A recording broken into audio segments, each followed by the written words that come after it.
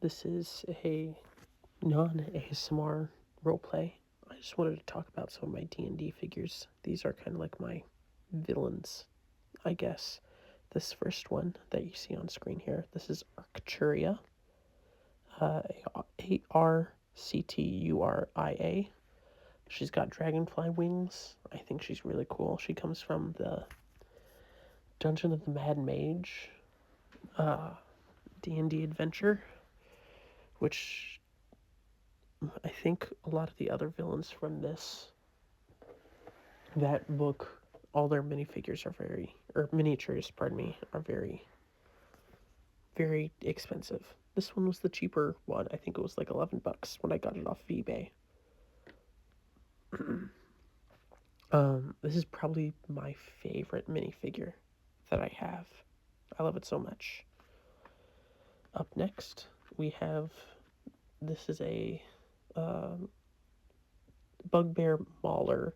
Technically, this is a Paizo Pathfinder mini, but I had so many other bugbears that either had like axes or mauls or stuff like that, and I wanted a bugbear that kind of stood out from them at the time, and so I got this guy.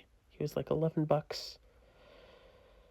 His makes us a bit bent, which happens. It's a mini figure, but I love the shield, and I definitely love goblins, and he's a good goblinoid leader for goblins and bugbears. Absolutely love bugbears from Dungeons and Dragons. One of my favorite things ever.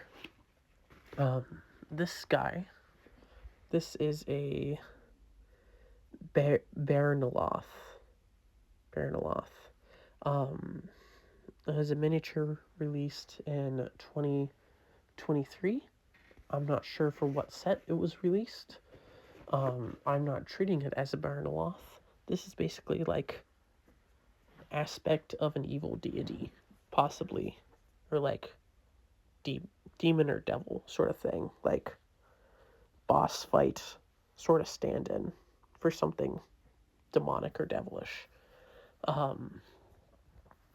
I would play him as like an NPC, some big bad for an arc or something like that.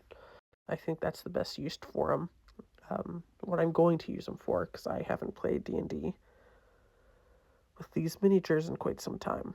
But that is the whatever I pronounce this thing as. Up next here is a Serac. Everybody loves a Serac from the Tomb of Horrors, the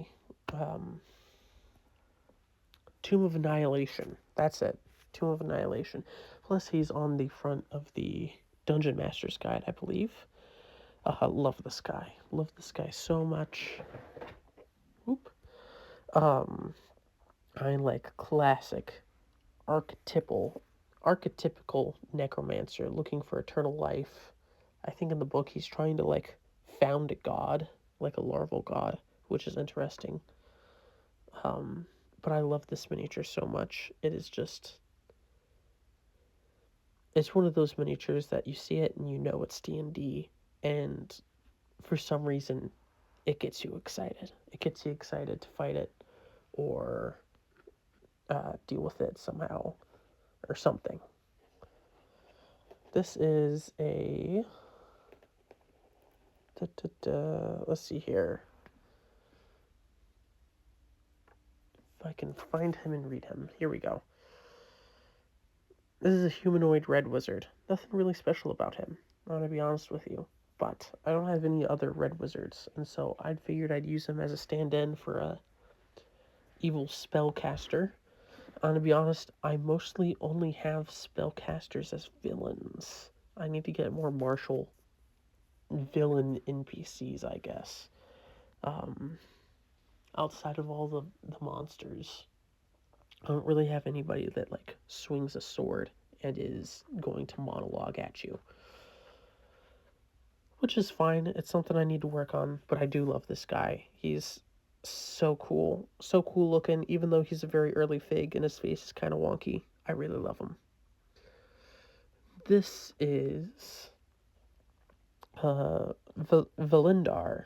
This comes from one of the Storm King's Thunders large sets, uh, which and like they're interesting sets. I got the Giants. The Giants are a bit big compared to other D&D Giants, but this chick's cool. Obviously, another caster. The red and the black and the kind of like lightnings coming out of her hands makes her look like Palpatine. Obviously, like villain coded, you know, and that's why I picked her to be like a villain. Um, I hate to say it, that's the reason why. Um, I don't have any stats for her or anything, but I like her design, and so I'm gonna keep using her like villain. This is a cool thing. This is Zandala, um, female fig with a staff and like a pseudo dragon or like a baby dragon on her shoulder. Also from a Storm King's Thunder set, I believe. I've got two more, I think, from Storm King's Thunder. But anyways, sorry, three more. But this chick I'd have like in a dragon fight as a boss fight, like she would either turn into a dragon or is riding the dragon or summons a dragon or something. I really like the idea of having her uh, be that kind of character, I guess, which I think is interesting. You might play her differently, but that's how I'm going to play her. This is Rosnisi from also the Tomb of Annihilation. Most of the Tomb of Annihilation characters I know from...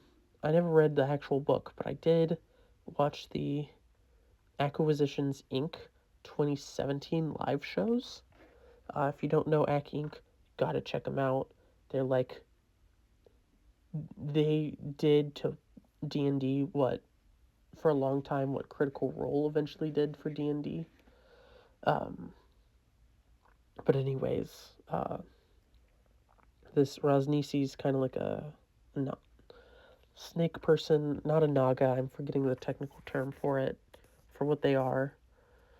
But the flaming sword's a cool aspect of him. I guess that kind of makes him a martial kind of character, kind of villain, I mean. But very, very cool nonetheless. These are from the D&D adventure that Pat Rothfuss helped write, Glister and Gleam. I actually don't know what their roles are in that adventure.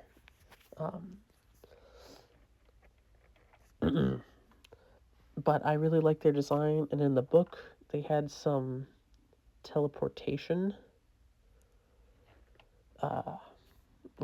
effect, where they could, like, teleport to each other, or, like, um, planarly travel as long as they were together, which I thought was cool. But I definitely use these two as a kind of villain. I'd have them be in the same boss fight, and I think it'd be really cool to have them like bamfing around the field, causing issues for the PCs. All around, I think it'd be a fun boss fight. This is a Drow matron mother. Drows are famous. Everybody loves a good drow. Drows are... We stand our drows. We stand Dritzt.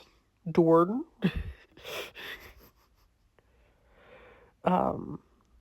But I have a crap ton of drow. I've got 1, 2, 3, 4, 5, 6, 7, 8, 9 drow. Let's see here. 1, 2, 3. 10 drow, including her. I know typically there's like three matron mothers at a given time, I think, for a drow house. But I just have the one of her, and I think it'd make a good boss fight to have her and all of her minions around. I think that'd be a cool spectacle. This is Withers. I hope this Withers is the name of a character and not like an actual like monster from the Monster Manual or Monsters of the Multiverse. But I like this guy. He's kind of got he's a slender build caster probably, but he seems kind of clerical, you know. He seems like a religious leader, like almost like a cult leader, which I really like. I do like my cultists, my dragon cultists. Maybe he's leading the some dragon cult. I think that would be interesting. Maybe he's a necromancer. He could be a necromancer too. I think that would be cool. I don't know what I'd use him for, but he is a D&D villain for me. This chick is Po Ming, according to the bottom of her base. Pardon me. She's got a cool snake around her, which is cool, with some, I think it's like a bottle of something in her hand. This also came from this came from the Tomb of Annihilation set, I believe. Either that or the Storm King's Thunder sets. But I really like her design. Once again, it'd be cool to have like Naga boss fight with her commanding the Naga. You'd have to fight her like riding the Naga or controlling the Naga or something. I just think that would be a cool thing. That's pretty much it. It's just down to the cool factor. Which brings us to, finally, Kala Darkhope. Kind of another clerical or mage wizard kind of character. Very evil, kind of cultist looking. Sums up pretty much everything I feel about having her as a villain. Another caster, obviously. Wah wah. And I don't know, I really like her. I really like it is designed in simplicity, but simplicity is somehow the key. Like, she looks good as simple as she is. And I really like that aspect about this miniature. These are all my D&D villains, I guess. Ignore that loud noise. If you enjoyed this video, please give it a like and subscribe to my channel, and I will see you guys in the next one. Thank you.